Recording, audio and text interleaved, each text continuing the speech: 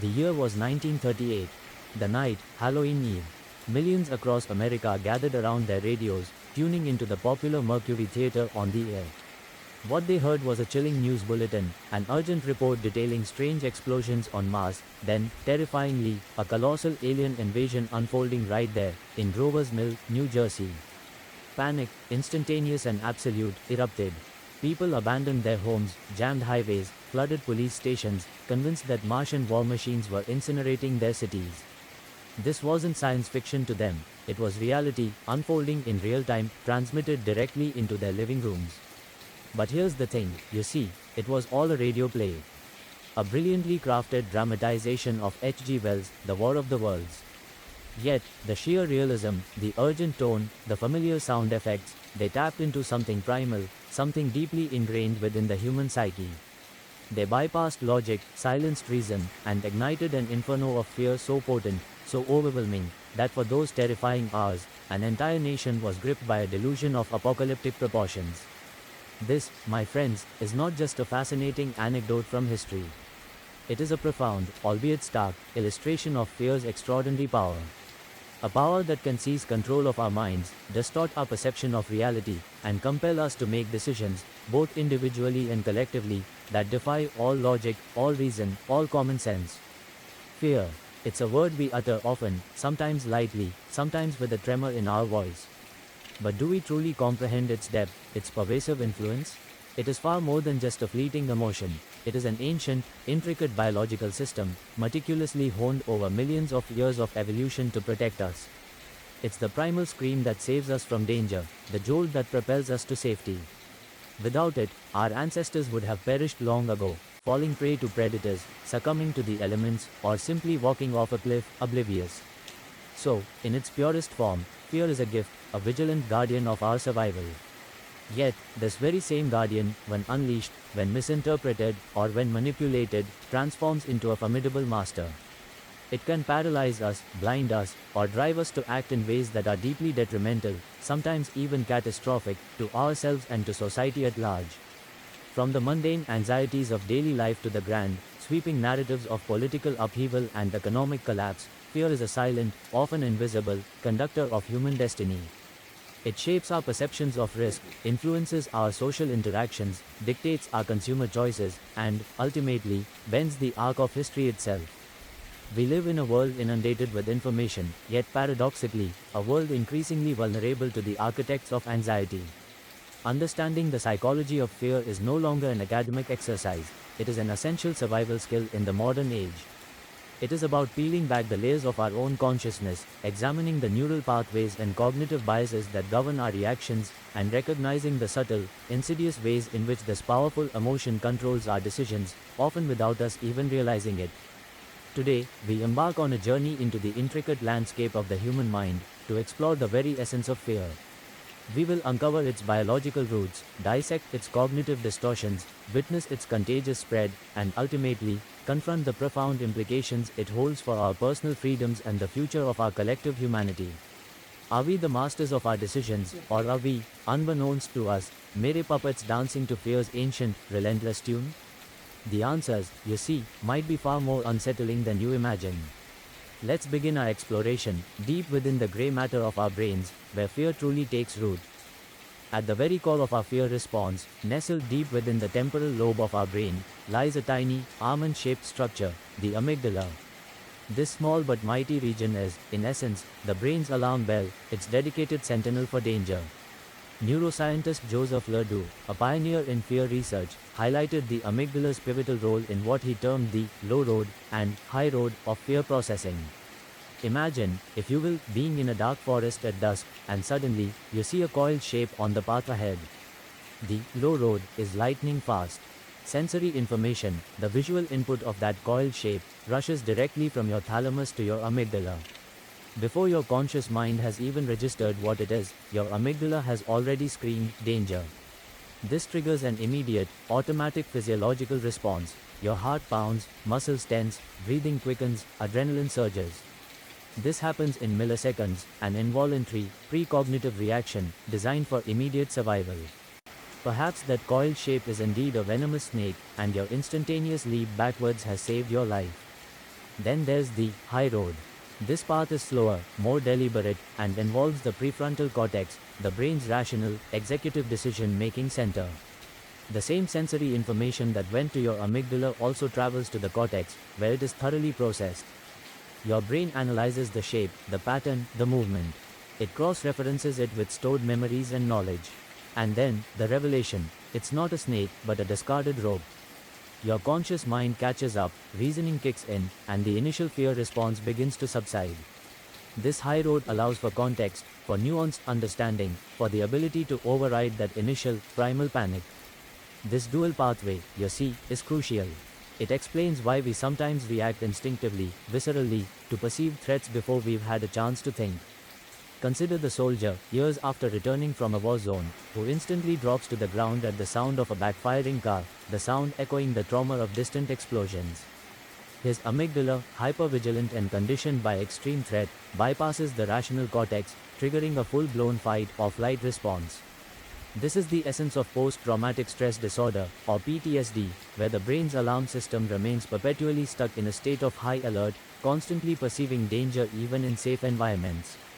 For individuals with PTSD, everyday stimuli become triggers, and the low road of fear dominates, making rational navigation of the world a constant struggle. Or take the common phobia, say, arachnophobia, the fear of spiders. For someone with this phobia, even a small, harmless spider can elicit extreme terror, heart palpitations, sweating, shortness of breath, and overwhelming urge to flee. The sight of the spider, even if seen through a glass, sends an immediate signal to the amygdala, triggering that primal fear response. The rational mind, the high road, might know that the spider is not dangerous, but the amygdala's alarm has already sounded, and overriding it requires immense conscious effort and therapeutic intervention. This fundamental biological mechanism, hardwired into our very being, ensures our survival, no doubt. But it also lays the groundwork for how easily fear can seize the steering wheel, leaving our rational minds scrambling to catch up. Once the amygdala sounds its alarm, fear doesn't just trigger a physical response, it profoundly distorts our cognitive processes, shaping how we perceive, interpret, and react to the world around us. This is where cognitive biases come into play, serving as fear's powerful lenses, warping our reality and often leading to deeply irrational decisions. Psychologists Daniel Kahneman and Amos Tversky, through their groundbreaking work, revealed the myriad ways our minds deviate from pure rationality, and fear, you see, amplifies these deviations to an astonishing degree. One of the most potent examples is the availability heuristic. When we are fearful, we tend to overestimate the likelihood of events that are easily recalled or vivid in our minds. Think about air travel after a major plane crash. Despite statistics overwhelmingly proving flying to be one of the safest modes of transport, the vivid, terrifying images of the crash, constantly replayed in media, make us disproportionately fearful of flying. The availability of these dramatic examples, fueled by fear, makes us perceive the risk as much higher than it actually is, leading many to choose far riskier alternatives like driving long distances. Another significant bias is negativity bias. Our brains are hardwired to give more weight to negative experiences and information than to positive ones. Fear, naturally, accentuates this. In a crisis, say, an economic downturn, a single piece of negative news, a company bankruptcy, a job loss report, will resonate far more deeply and trigger greater anxiety than numerous positive indicators. This negativity bias can fuel widespread pessimism, causing consumers to hoard, businesses to cut back, and investors to withdraw, thereby exacerbating the very crisis they fear. We focus on the potential loss, the potential harm, rather than the opportunities or the inherent resilience. And then there's loss aversion. Kahneman and Tversky demonstrated that the pain of losing something is psychologically twice as powerful as the pleasure of gaining something equivalent. When fear of loss takes hold, individuals become incredibly risk-averse, even to their own detriment. Consider the investor during a market deal. Instead of seeing it as an opportunity to buy low, the fear of losing more money compels them to sell off their holdings, often locking in losses rather than riding out the storm. This fear-driven decision, motivated by avoiding further perceived loss, leads to actual, irreversible financial damage, a classic example of fear controlling our financial judgments. During the 2008 financial crisis, for instance, many investors, gripped by the fear of further losses after the subprime mortgage meltdown and the collapse of Lehman Brothers, sold off their diversified portfolios at their lowest points. This loss aversion, fueled by widespread panic, prevented them from participating in the eventual market recovery, costing them dearly in the long run. These biases, amplified by fear, create a distorted reality. We become susceptible to misinformation, drawn to narratives that confirm our anxieties, and quick to dismiss contradictory evidence. Fear, in essence, doesn't just make us afraid, it makes us believe things that aren't true, and act upon those false beliefs as if they were gospel. Fear, you see, is not just an individual experience, it's a profoundly social phenomenon. It possesses an astonishingly contagious quality, capable of sweeping through communities, societies, and even nations, transforming individual anxieties into collective hysteria. This is the social contagion of fear, where emotions, much like a virus, jump from person to person, amplified by shared experience and collective interpretation. Think back to the War of the Worlds broadcast. The initial listeners, gripped by the convincing portrayal of an alien invasion, weren't just experiencing individual fear. Their panic was amplified by hearing others panic, by seeing neighbors flee, by the urgent, distressed voices on the radio, which they believed to be real. This feedback loop, where individual fear validates and intensifies collective fear, can escalate rapidly into mob mentality. Historically, we've witnessed this contagion in countless forms. The solemn witch trials of the late 17th century are a chilling example. A few initial accusations of witchcraft, fueled by Puritan religious fervor and societal anxieties, quickly spiraled into mass paranoia. Fear of the devil and unseen evil spread like wildfire. Any unusual behavior, any misfortune, was quickly attributed to witchcraft. This collective fear led to accusations, false confessions, and the execution of innocent people, all driven by a shared, irrational belief system born of fear and social pressure. The sheer number of accusations, the perceived authority of the accusers, and the gravity of the perceived threat overwhelmed individual reason, creating a powerful, self-sustaining cycle of terror. In our modern age, the internet and social media have become unprecedented vectors for this social contagion. A single unverified rumor, a sensationalized headline, or a manipulated image can propagate globally within minutes, igniting widespread panic or outrage. We saw this during the initial phases of the COVID-19 pandemic. Images of empty supermarket shelves, shared widely online, triggered widespread panic buying of essential goods like toilet paper and sanitizer.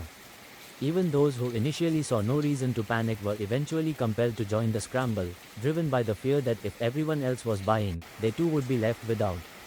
This fear of scarcity, amplified by social media posts and the visible actions of others, created a real scarcity where none initially existed, a chilling testament to fear's ability to manufacture its own reality. Neuroscience offers some insights into this phenomenon. Our brains are equipped with mirror neurons, which allow us to unconsciously mimic and empathize with the emotions of others. When we see fear in someone's eyes, hear it in their voice, or read it in their urgent social media posts, our own brains can begin to mirror that emotion. This empathetic resonance, combined with our inherent tendency to conform to group behavior, makes us highly susceptible to the collective emotional climate. The mere presence of others expressing fear can bypass our rational processing, making us believe the threat is real simply because so many others seem to believe it is. This collective fear, then, becomes a powerful force, capable of swaying public opinion, dictating political narratives, and shaping the very fabric of society. Beyond the immediate, tangible threats, a deeper, more profound form of fear often shapes our decisions, the fear of the unknown and existential dread. Humans, you see, possess an innate drive for meaning, for control, for predictability. When faced with uncertainty, with the vast, unknowable aspects of life and death, our minds struggle. This struggle often manifests as a deep-seated anxiety, a discomfort with ambiguity that can be profoundly influential. Psychologists Sheldon Solomon, Jeff Greenberg, and Tom Pischinski developed terror management theory, TMT, which posits that much of human behavior is motivated by our unique awareness of our own mortality, the terrifying knowledge that we will inevitably die. To cope with this existential dread, we construct elaborate cultural worldviews, belief systems, and self-esteem buffers that give our lives meaning and a sense of enduring significance beyond our physical existence. When these worldviews are challenged, when our sense of meaning or control is threatened, existential fear rises, driving us to defend our beliefs and values with fervent intensity. Consider, for instance, societal resistance to radical change. Even when existing systems are demonstrably flawed or inefficient, the fear of the unknown, of what might replace them, of the disruption to established norms, of losing a familiar sense of order, often leads to fierce opposition. This isn't just about practical concerns, it's about a deeper, unconscious fear of losing the narrative that gives our lives structure and meaning. We cling to the familiar, even if it's detrimental, because the alternative represents a void, an absence of the known, which our brains perceive as a threat. This fear of the unknown also fuels the proliferation of conspiracy theories. In times of crisis or profound uncertainty, when official explanations seem insufficient or contradictory, the human mind craves a coherent narrative. The absence of clear answers creates a void that existential fear rushes to fill. A complex, often improbable, conspiracy theory, however outlandish, offers a sense of understanding, a discernible enemy, and a feeling of having privileged knowledge. It provides a semblance of control and meaning in a chaotic world, even if that meaning is based on falsehoods. For many, believing in a grand conspiracy is less terrifying than admitting that random, uncontrollable events dictate their fate, or that no one is truly in control. This is why, during pandemics or major political upheavals, conspiracy theories flourish. They offer a sense of order, albeit a dark one, where chaos otherwise reigns. The fear of the unknown also underpins our personal reluctance to step outside our comfort zones, to pursue new opportunities, or to embrace personal growth. The potential for failure, the uncertainty of a new path, the prospect of losing the familiar security of the present, can be paralyzing. We might stay in unfulfilling jobs or relationships, not because they are good, but because the alternative, the vast unknown, feels far more terrifying. This deep-seated aversion to ambiguity, this profound struggle with the unpredictable nature of existence, fundamentally shapes our long-term decisions, often without us ever consciously acknowledging its influence.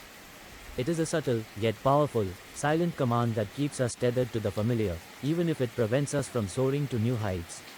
This pervasive influence of fear, from the amygdala's primal scream to our existential anxieties, culminates in a powerful societal paradox, the paradox of control, seeking safety, losing freedom.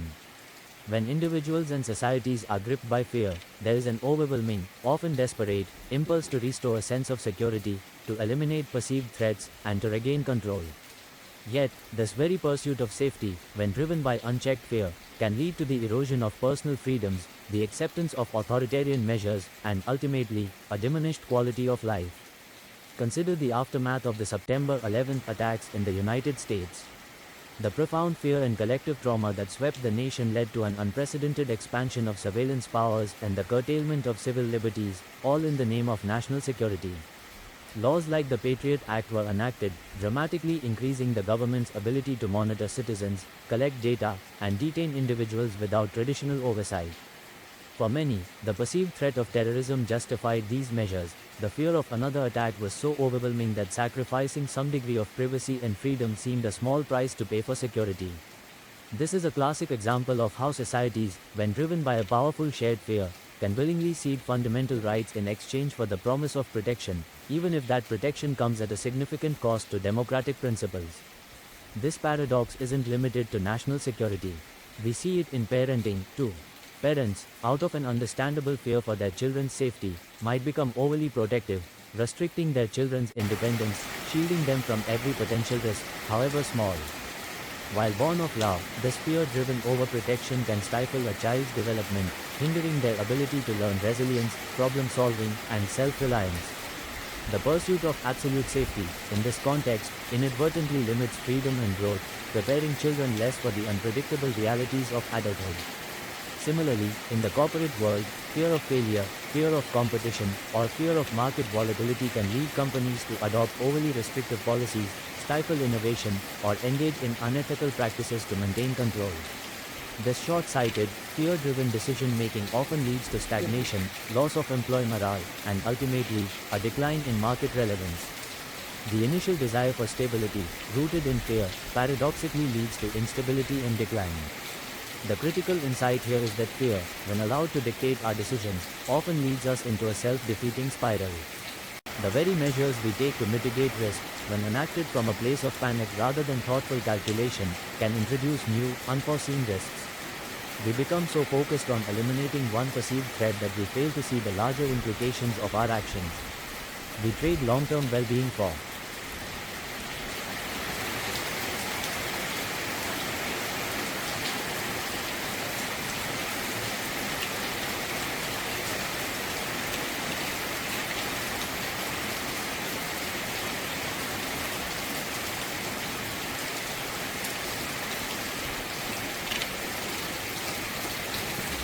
people.